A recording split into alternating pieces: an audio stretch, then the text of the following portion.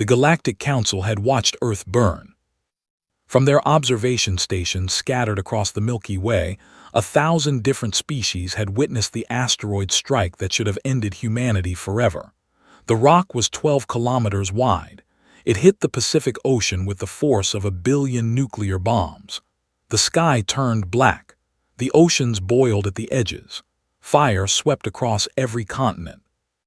The Council recorded it all with the cold precision of scientists watching an experiment reach its expected conclusion.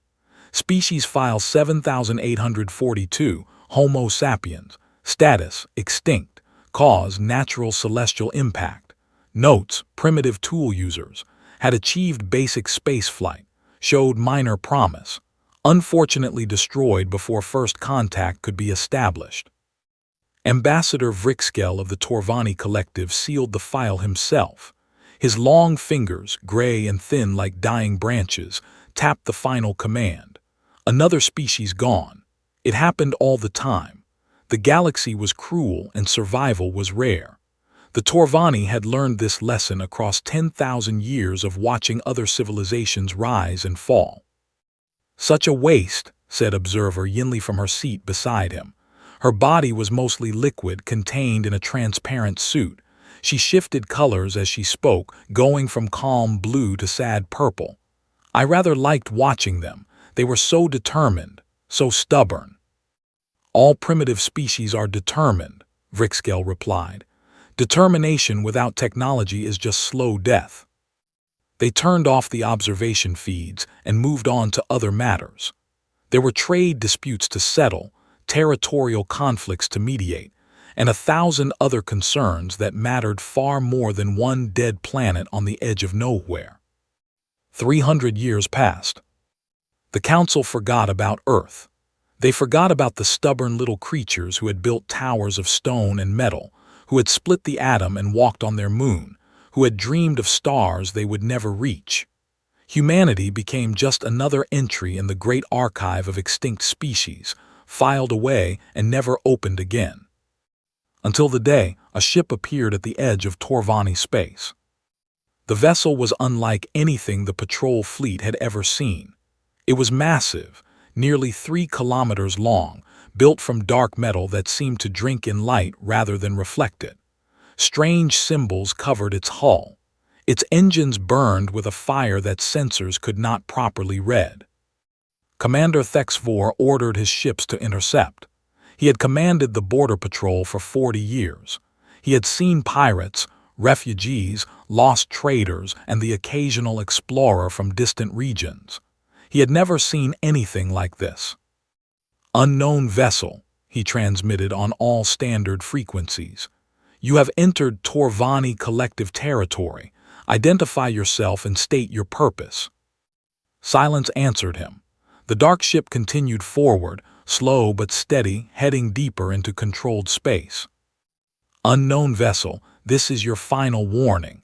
Stop your approach or we will be forced to take defensive action." The ship stopped. Then a transmission came through, clear despite using communication protocols the Torvani had never encountered before. The voice was calm, measured, and somehow deeply unsettling. "Torvani Commander, we mean no harm. We are humans from the planet Earth. We have come seeking the Galactic Council." Commander Thexvor felt something he had not felt in decades. Fear. True, deep, instinctive fear. "That is impossible," he said. "Earth was destroyed. The humans went extinct 3 centuries ago." "We survived," the voice replied. "We always survive." The news spread across the galaxy like wildfire. A dead species had returned. The Council convened an emergency session for the first time in 200 years. Representatives from every major civilization gathered at the great station called Unity, built at the exact center of known space. Ambassador Vrixkel, now ancient and slow, took his place among them. He remembered sealing that file. He remembered thinking humanity was finished. As he waited for the human delegation to arrive, he wondered what could have possibly allowed them to survive the unsurvivable. The doors opened. 3 figures walked in. They wore simple gray uniforms. They looked different from the images in the old files. Their bodies were taller, leaner. Their eyes seemed sharper, more focused. They moved with a strange grace, each step perfectly controlled. The lead human stopped at the center of the chamber. She was a woman with dark skin and silver hair cut short. Her eyes were pale blue, almost white, and they scanned the assembled aliens with calm assessment. "I am Admiral Sarah Chen of the Terran Remnant," she said. "Thank you for agreeing to meet with us." The council speaker, a massive creature called a Vorn, leaned forward. Its body was like a mountain of muscle and bone, covered in thick plates. "We must ask the obvious question, Admiral. How are you here? Our records show your planet was destroyed." "Your records are partly correct," Admiral Chen replied. "The asteroid struck. Billions died in the first month alone. The surface became unlivable. Our civilization collapsed. We were thrown back to the Stone Age almost overnight." She paused. "Almost." "Explain," the speaker demanded. "We had built bunkers, deep ones, meant for nuclear war, not cosmic impact, but they held. A few 100,000 of us survived underground. We had seeds, water purifiers, small nuclear reactors. Not enough to rebuild civilization, just enough to not die." Observer Yinli rippled with color. "A few 100,000 from billions. The genetic bottleneck alone should have destroyed you within generations." "It almost did," Admiral Chen admitted. "The first century was hell. Disease, mutation, resource wars between bunkers. We lost half our survivors to fighting each other. But the ones who remained learned something important. We learned that we were alone, completely alone. No one was coming to save us. No rescue ships, no alien aid, no second chances. We had to save ourselves or die."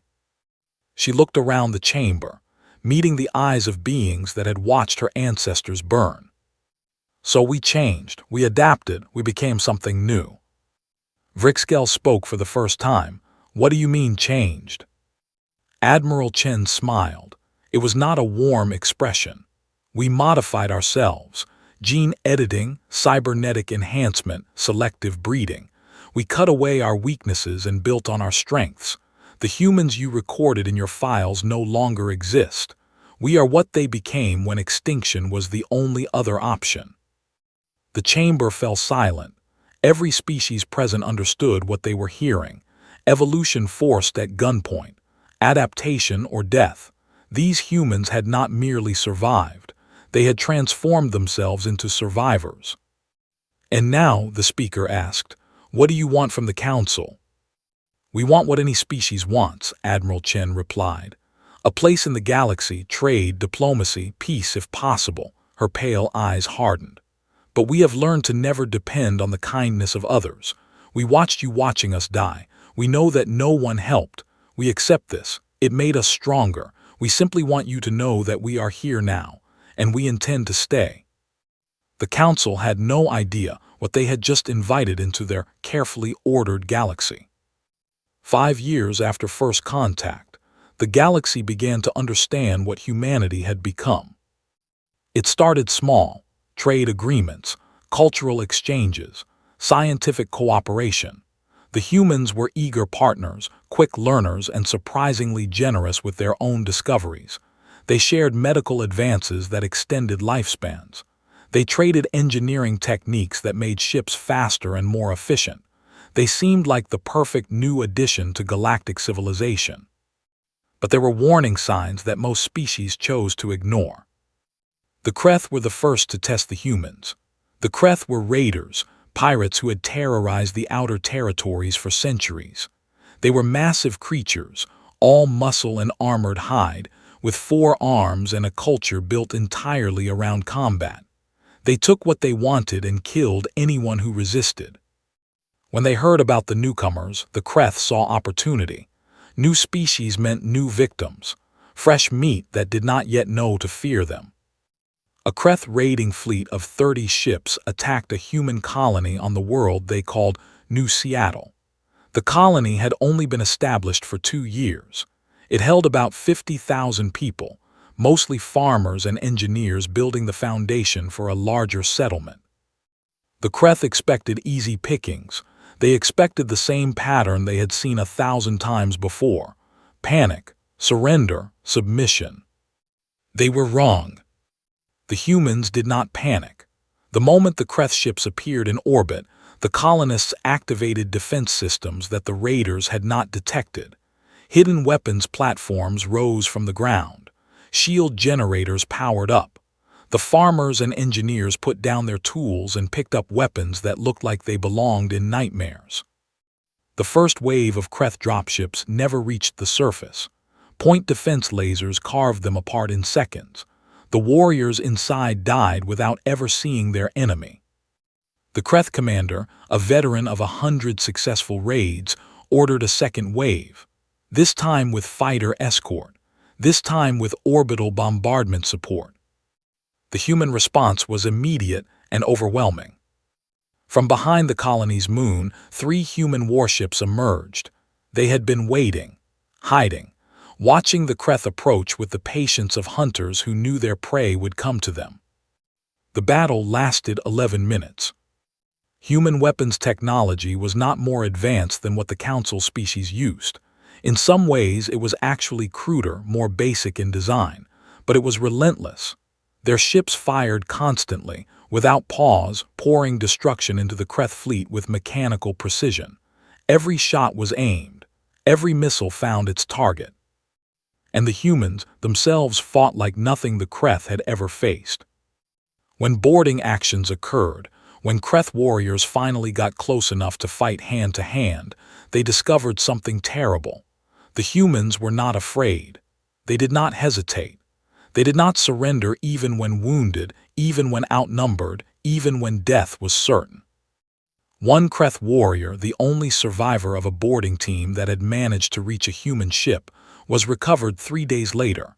He was found floating in space, barely alive, his armor torn open and his body broken. When he was asked what had happened, he could only say 2 words. They smiled. The humans had smiled while they fought. They had enjoyed it.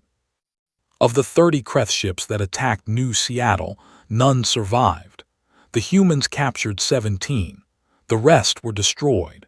The entire raiding fleet was eliminated in less than a quarter of a standard day. And then the humans did something unexpected. They followed the raiders home. The Kreth homeworld of Krethvar had never been attacked by an outside force. For 600 years, they had been the aggressors, the predators, the ones who brought war to others. They had never needed to defend their own territory because no one had ever been bold enough to strike back. The human fleet arrived without warning. 20 ships, small by galactic standards, but packed with weapons and crewed by soldiers who had been bred for war. Admiral Chen commanded the assault personally. People of Krethvar, her voice broadcast across the planet, you attacked our civilians. You tried to enslave our people. You killed 37 of our citizens before we stopped you. A pause. We are here to explain why that was a mistake. The Kreth scrambled their defense fleet. 400 ships against 20, 20-1 odds. By every calculation, by every military doctrine in the galaxy, the humans should have retreated, should have negotiated, should have accepted that they were outmatched. The Battle of Krethvar lasted 6 hours. The humans lost 2 ships. The Kreth lost 212. It was not superior technology that won the battle. It was something else entirely. The humans fought differently than any species the Kreth had ever encountered. They coordinated perfectly, moving as one unit across the chaos of battle. They adapted instantly to changing conditions, shifting tactics mid-fight in ways that should have been impossible. They pressed advantages with savage efficiency and refused to give ground even when logic demanded retreat. When the Kreth fleet finally broke, when the survivors tried to flee, the humans let them go. Admiral Chen's final transmission to Krethvar was simple. We could destroy your world. We could end your species. We choose not to. Remember this mercy. Remember what happens when you attack humanity. And never forget that we let you live because we decided to, not because we had to. The Kreth never raided again. They signed a peace treaty within the month. Within the year, they had become one of humanity's closest allies, respecting the strength they had witnessed and fearing the possibility of facing it again. The galaxy watched, the galaxy learned, the galaxy began to be afraid. Ambassador Vrixkel read the reports in his private chambers, his old hands trembling. The humans were not just survivors. They were predators. They had emerged from their extinction event not weakened but hardened, forged in fire into something the galaxy had never seen before. "We should have helped them," he said to the empty room. "When the asteroid came, we should have intervened." But they had not. They had watched and recorded and filed humanity away as another failed experiment. And now that experiment had returned, changed beyond recognition, with memories of being abandoned and the strength to make sure it never happened again. The old ambassador understood something that most of the council had not yet realized. The humans were not asking for a place in the galaxy. They were taking one, and there was nothing anyone could do to stop them.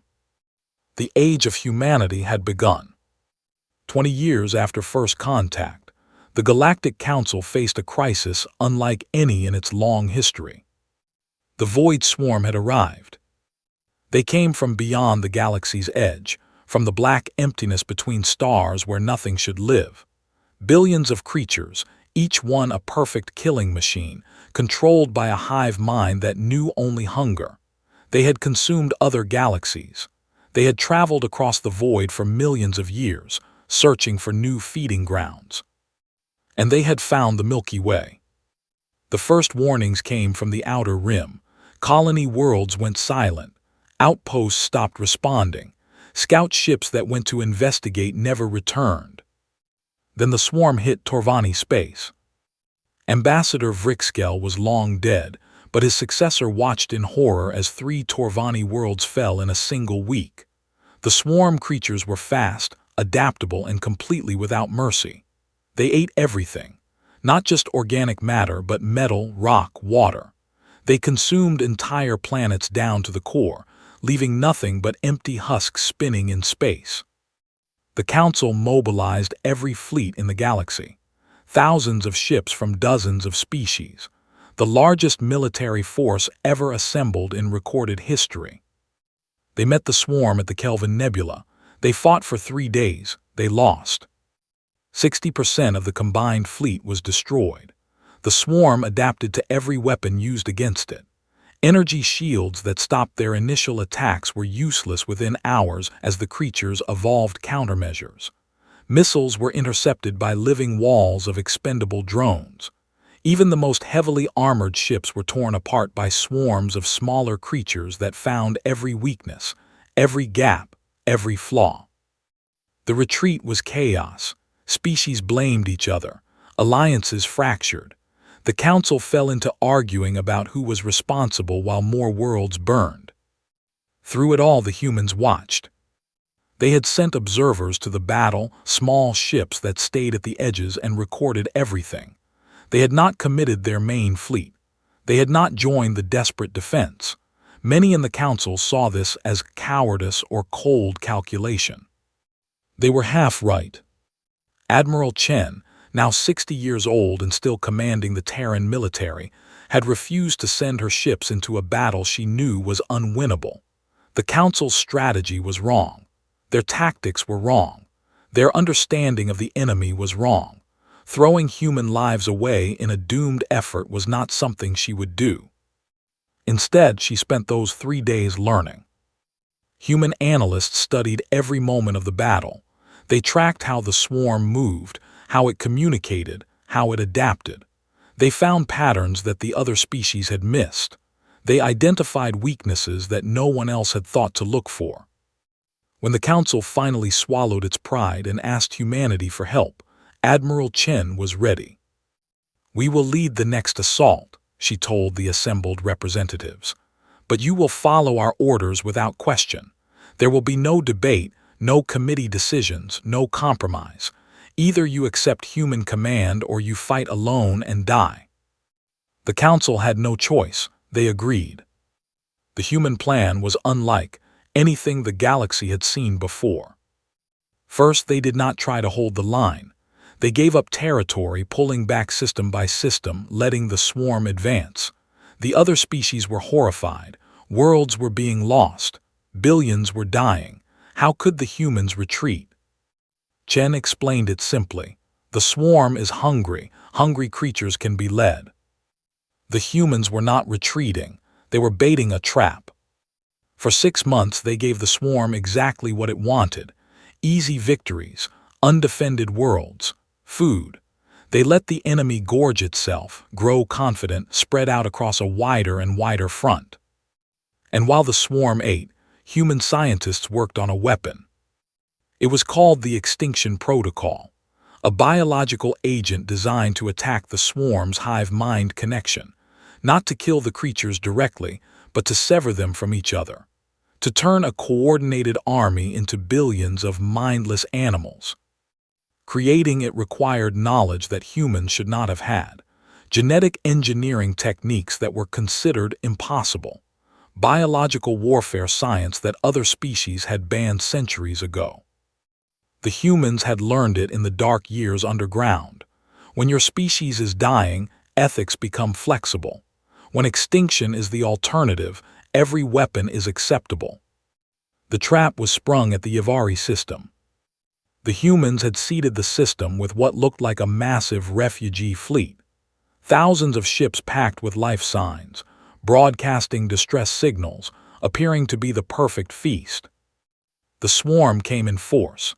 Hundreds of millions of creatures poured into the system, drawn by the promise of easy prey. When they reached the center of the trap, the refugee ships revealed their true nature. Each one was a delivery system for the Extinction Protocol.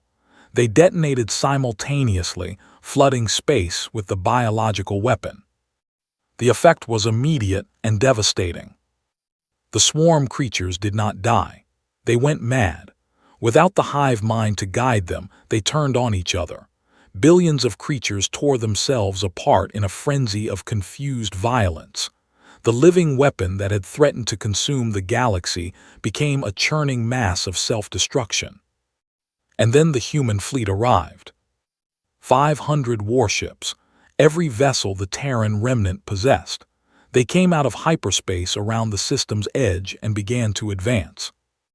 Admiral Chen stood on her bridge, watching the chaos ahead. Her officers worked with silent efficiency. No one spoke.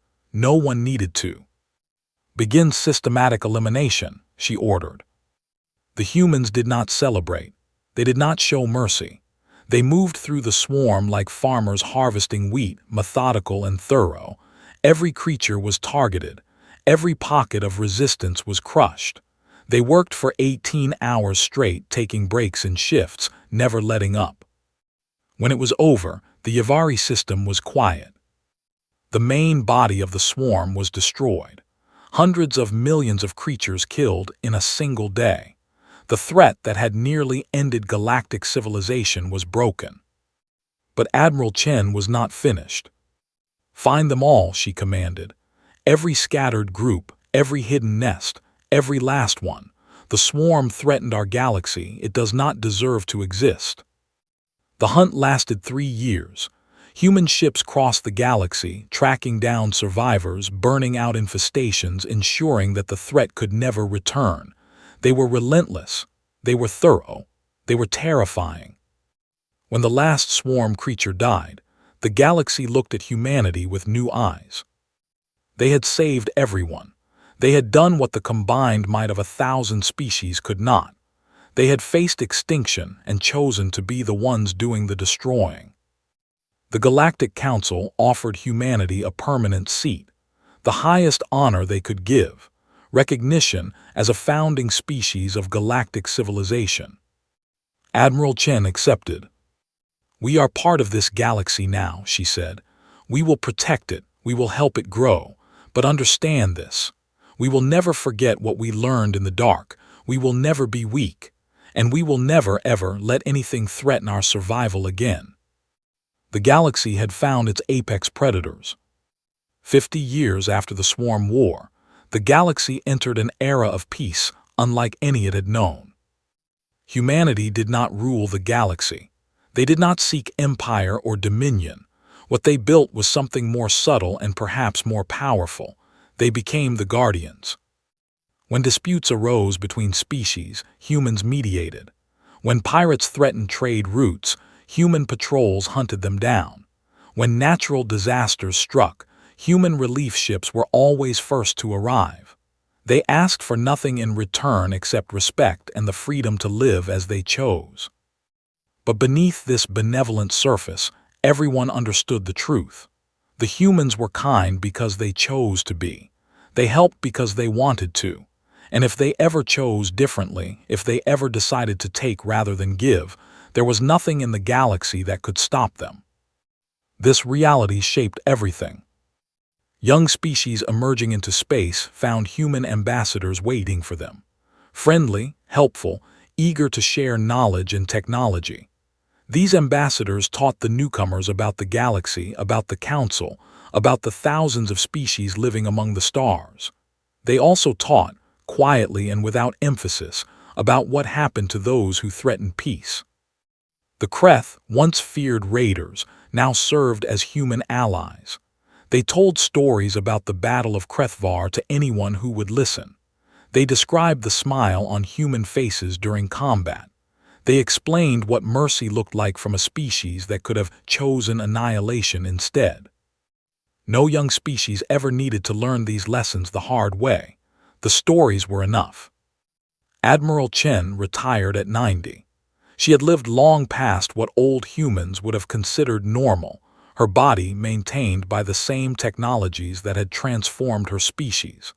She had seen humanity rise from the edge of extinction to become the most respected force in known space. On her last day in uniform, she gave a speech at the Academy on Earth. The planet had been rebuilt, terraformed back to life over decades of work. Green covered the continents again. Blue oceans sparkled under a clear sky. It was not the Earth that had burned 3.5 centuries ago. It was something new, something better, a symbol of what humanity could achieve through sheer stubborn will. We were alone, she told the young cadets gathered before her. When the fire came, when our world burned, we had no one. The galaxy watched us die and did nothing. Her pale eyes swept across the crowd. Remember this, not with anger but with understanding. We survived because we had to. We became strong because weakness meant death. We are what we are because the universe gave us no other choice. She paused. The cadets waited in silence. But we are also more than our survival. We proved that a species can pass through extinction and emerge not broken but transformed. We showed the galaxy what determination truly means. Now we must show them something else. We must prove that strength can serve peace, that power can protect the weak, that those who have suffered can choose compassion over revenge. She straightened, still tall despite her years, still carrying herself like the warrior she had always been. The galaxy fears us. Good. Fear keeps the peace. But I want them to trust us too.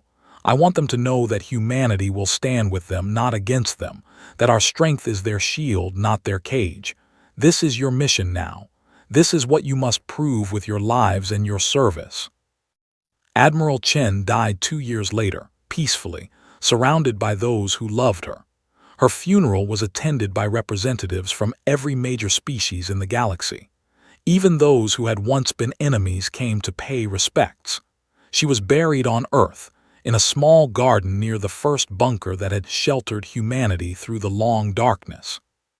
The next generation took her words to heart.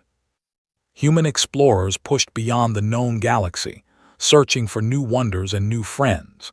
Human scientists shared their discoveries freely, lifting other species up rather than keeping advantages for themselves. Human artists created works that spoke to universal experiences, building bridges between cultures that had nothing else in common. And human soldiers stood ready always to defend what they had built. There were still threats. There would always be threats, species that rejected peace, entities from beyond known space that saw the galaxy as prey, forces of chaos and destruction that emerged from the dark between stars. Each time humanity met them, the mechanical collective, artificial intelligences that sought to convert all organic life into processing power for their calculations, learned that humans had no fear of machines. They had built their own, merged with them, made technology an extension of their will rather than a master to serve. The collective's invasion fleet was dismantled, its programming rewritten, its threat ended permanently. The Dimension Walkers, beings from a parallel reality who could phase through solid matter and strike without warning, discovered that human paranoia was not a weakness but a strength. Every human installation had defenses against attacks that should have been impossible. Every human soldier was trained to fight enemies that did not follow normal rules. The walkers retreated back to their own dimension and never returned. The Entropy Cult, a coalition of species that worshipped destruction and sought to unmake the universe itself, found that some things refused to be unmade. Human philosophers debated their beliefs while human warriors burned their temples. Within a decade, the cult was a memory, its adherents scattered and broken. Each victory reinforced the same truth. Humanity was the galaxy's immune system, its natural defense against anything that threatened the whole. They did not seek conflict, but they did not avoid it either. They accepted violence as a tool, one among many, to be used when necessary and put away when not. This pragmatism confused some species. The peaceful ones could not understand how humans could be so gentle and so deadly at the same time. The aggressive ones could not understand why humans did not simply conquer everything they could. The answer was simple, though few truly grasped it. Humans had already lost everything once. Their world, their civilization, billions of their people. They knew what it felt like to stand at the edge of oblivion and stare into the void. They had no desire to inflict that experience on others. They had no interest in empire because they understood how quickly empires could fall. What they wanted was stability, safety, the assurance that what they had rebuilt could not be taken away again, and they would do whatever was necessary to maintain that assurance. The galaxy slowly began to understand. These strange creatures from the burned planet were not conquerors or saviors or saints. They were survivors. Everything they did, every choice they made, flowed from that single truth. And survivors, the galaxy learned, were the most dangerous beings of all. 100 years after first contact, a new generation of humans knew nothing of the dark times. They had never huddled in bunkers, rationing food and filtering poisoned air. They had never watched their loved ones die from radiation sickness or genetic breakdown. They had never known the desperation that had forged their ancestors into weapons. They were different, softer perhaps, more open to the galaxy around them. They formed friendships with alien species, fell in love with beings their great-grandparents would have struggled to understand, and dreamed of futures that had nothing to do with survival.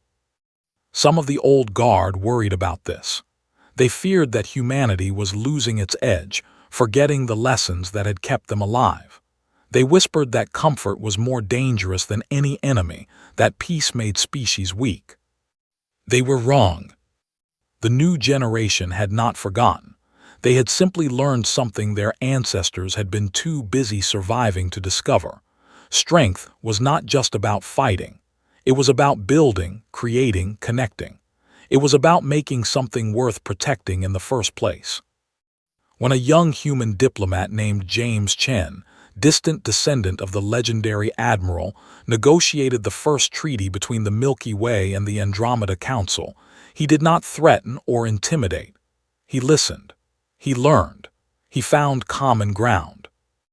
The Andromedans were a proud people, suspicious of outsiders. They had watched the humans from afar, seen their rise, noted their power.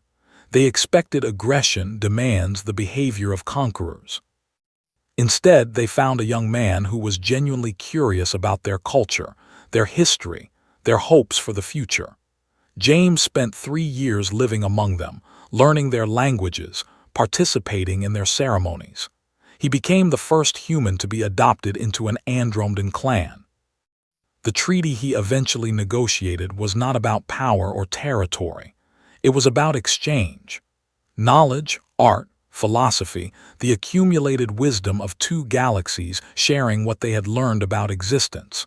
It opened possibilities that no war could have achieved. When James returned home, he was asked about his success. The reporters expected tales of clever tactics, of subtle pressure, of humanity's reputation working in the background. "I just talked to them," he said. "I showed them who we really are, not the warriors, not the survivors, the people, the dreamers and builders and artists, the ones who look at the universe and want to understand it, not control it." He smiled, and it was nothing like the predatory expression the Kreth remembered from their defeat. It was warm, open, human in a way that had nothing to do with fangs or weapons. "We survived extinction," James continued. "We became strong enough to protect ourselves and everyone else, but that was never the goal. That was just the first step. The real goal was always this: finding others, making connections, building something bigger than ourselves." The galaxy had changed over the century. What had once been a loose collection of competing powers had become something closer to a community. Not a utopia, never that, but a functioning civilization where species worked together more often than they fought, where conflicts were resolved through negotiation rather than warfare, where the old cycle of predator and prey had finally started to break down. Humanity had made that possible, not through conquest but through example. They showed that survival and compassion could coexist, that strength could serve peace, that a species forged in fire could choose to bring light instead of more burning. On the anniversary of first contact, a ceremony was held at Unity Station. Representatives from every known species gathered in the Great Chamber where Admiral Chen had first announced humanity's return. The room was filled with beings of every shape and size, colors and forms that defied easy description. The current human representative, a woman named Maya Okonkwo, stood at the center. She was tall, dark-skinned, with eyes that held the same quiet intensity that had marked her predecessors. But there was warmth there too, a genuine joy at being surrounded by such diversity. "100 years ago," she began, "we came here as strangers, as survivors of a disaster that should have ended us. We were afraid, though we hid it well, afraid that the galaxy would reject us, afraid that we would have to fight for every inch of space we claimed." She looked around the chamber, meeting eyes and sensory organs and things that served the same purpose, but looked nothing like either. "We were wrong, not about everything. The galaxy is still dangerous. There are still threats that must be met with force.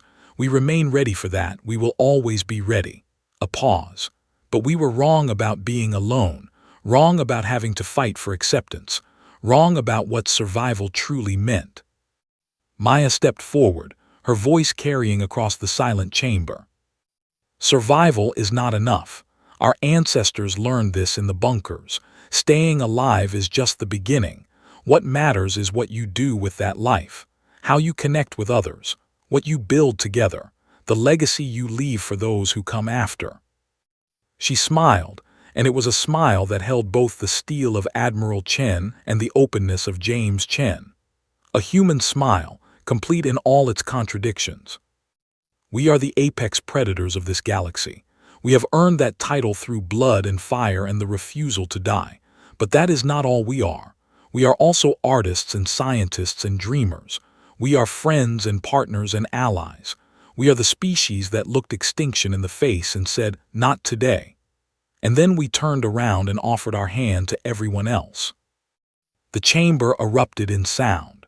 Clicks and whistles and rumbles and 100 other noises that meant approval in 100 different languages. The representatives rose, those who could rise, in a gesture of respect that transcended species barriers. Maya waited for the noise to fade. 100 years ago, we asked for a place in this galaxy. Today, we stand as its guardians and its citizens. We will continue to protect what we have all built together. We will continue to meet any threat that emerges. But more than that, we will continue to grow, to learn, to connect. Because that is what it means to truly survive. Not just to continue existing, but to make existence worthwhile. She raised her hand, a gesture that had been adopted across the galaxy as a symbol of peace and unity. Humanity endured extinction. We became the apex predators, and now we have become something more. We have become what we always had the potential to be, a species that survives not just for itself, but for everyone. A species that fights not just to win, but to protect. A species that knows the darkness intimately and chooses to bring light. The ceremony ended with a celebration that lasted 3 days. Species that had once feared humanity now danced beside them. Old enemies shared drinks and told stories. The galaxy, for one brief moment, felt like home. Outside Unity Station, the stars burned cold and bright. Somewhere among them, the ruins of old Earth still orbited its sun, a monument to what had been lost. And somewhere else, new Earth flourished, green and blue and alive, proof of what could be rebuilt. Humanity had survived extinction. They had become the galaxy's apex predators. And then they had become something even more remarkable. They had become hope. The universe was vast and cold and full of dangers, but it was also full of possibilities. And as long as humanity endured, as long as that stubborn, determined, impossible species refused to give up, those possibilities would have a champion. The stars waited, and humanity, survivors and predators and dreamers, reached for them still.